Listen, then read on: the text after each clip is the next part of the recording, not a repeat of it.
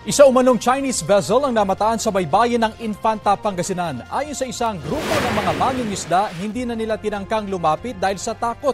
Kasunod ng deklarasyon ng China na huhulihin ang hindi Tsino na papasok sa inaangkin nitong teritoryo sa West Philippine Sea. Alamin naman daw ng grupo sa mga otoridad kung Chinese vessel nga ang kanilang nakita, bandang 20 nautical miles mula sa coastline. Wala pang natatanggap na formal na report ang Infanta LGU pero tiniyak nilang tututukan ang insidente.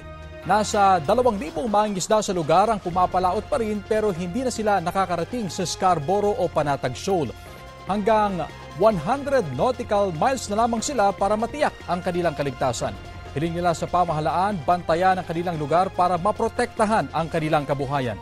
Sinisikap pa ng GMA Regional TV 1 North Central Luzon na makuhanan ng pahayag ang Philippine Coast Guard. Kapuso, alamin ang maiinit na balita. Bisitahin at mag-subscribe sa GMA Integrated News sa YouTube. Sa mga kapuso abroad, samahan nyo kami sa GMA Pinoy TV at sa www.gmanews.tv.